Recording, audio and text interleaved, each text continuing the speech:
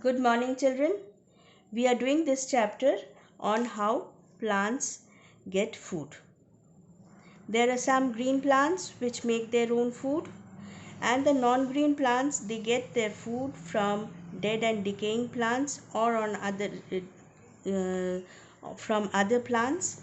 And there are some plants which are called the insectivorous plants which get their food from by catching insects. Now, today I will give you a task.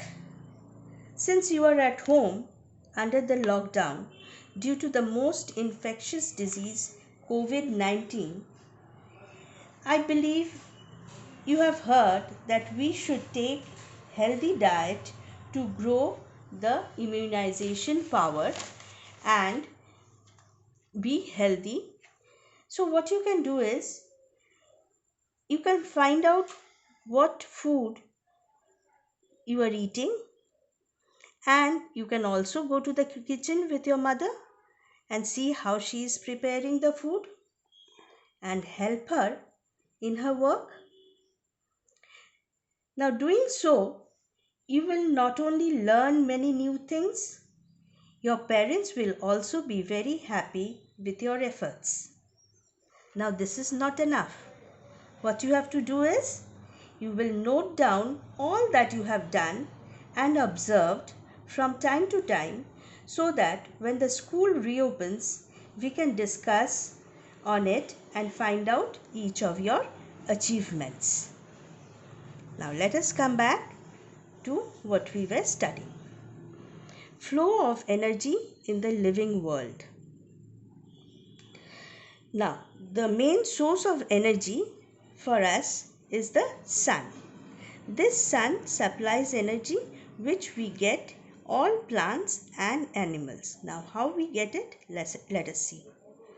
All living organisms need energy to perform various activities. They obtain this energy from the food they eat. Green plants prepare their own food through photosynthesis. The sun provides the energy to the plants to prepare their food. Animals and human beings, either directly or indirectly, depend on plants for food. In this manner, the energy of the sun flows to plants and then to animals and human beings. Now, let me describe this directly or indirectly how the animals and human beings are depending on plants. There are certain group of animals which eat plants, which we call them as herbivorous animals. They get their energy directly from the plants. There are the carnivorous which eat the herbivorous animals. They do not eat plants. So they are getting their energy indirectly from plants through the herbivorous animals. I hope you have understood it. Next is interdependence between plants and animals. How plants depend on animals and animals depend on plants for their living. Now, animals they breathe out carbon dioxide which the plants take up to do photosynthesis and make their food.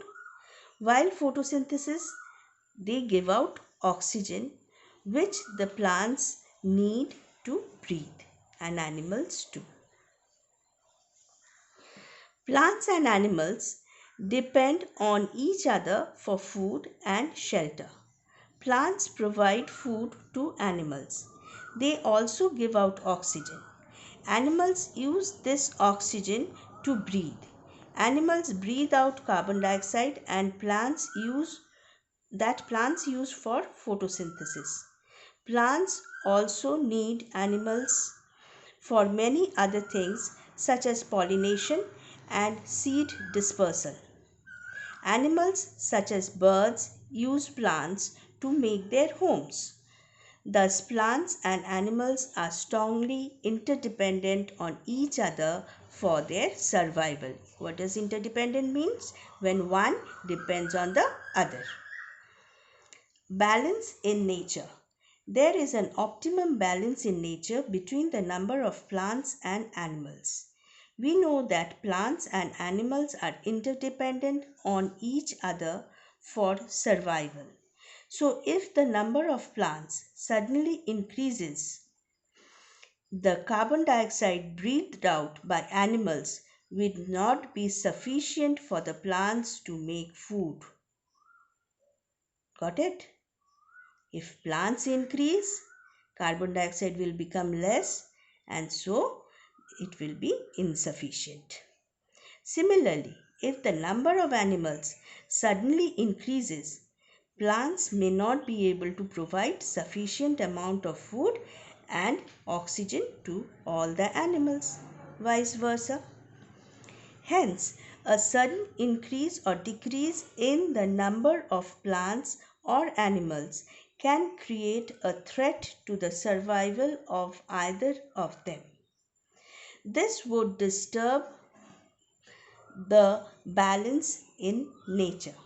Sometimes human activities such as cutting of trees, construction, and mining disturb the balance in nature.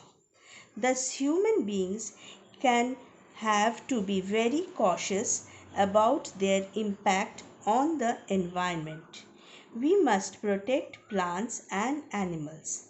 This will help to maintain the balance in nature on the earth. Is it clear to you? We will continue this in the next class.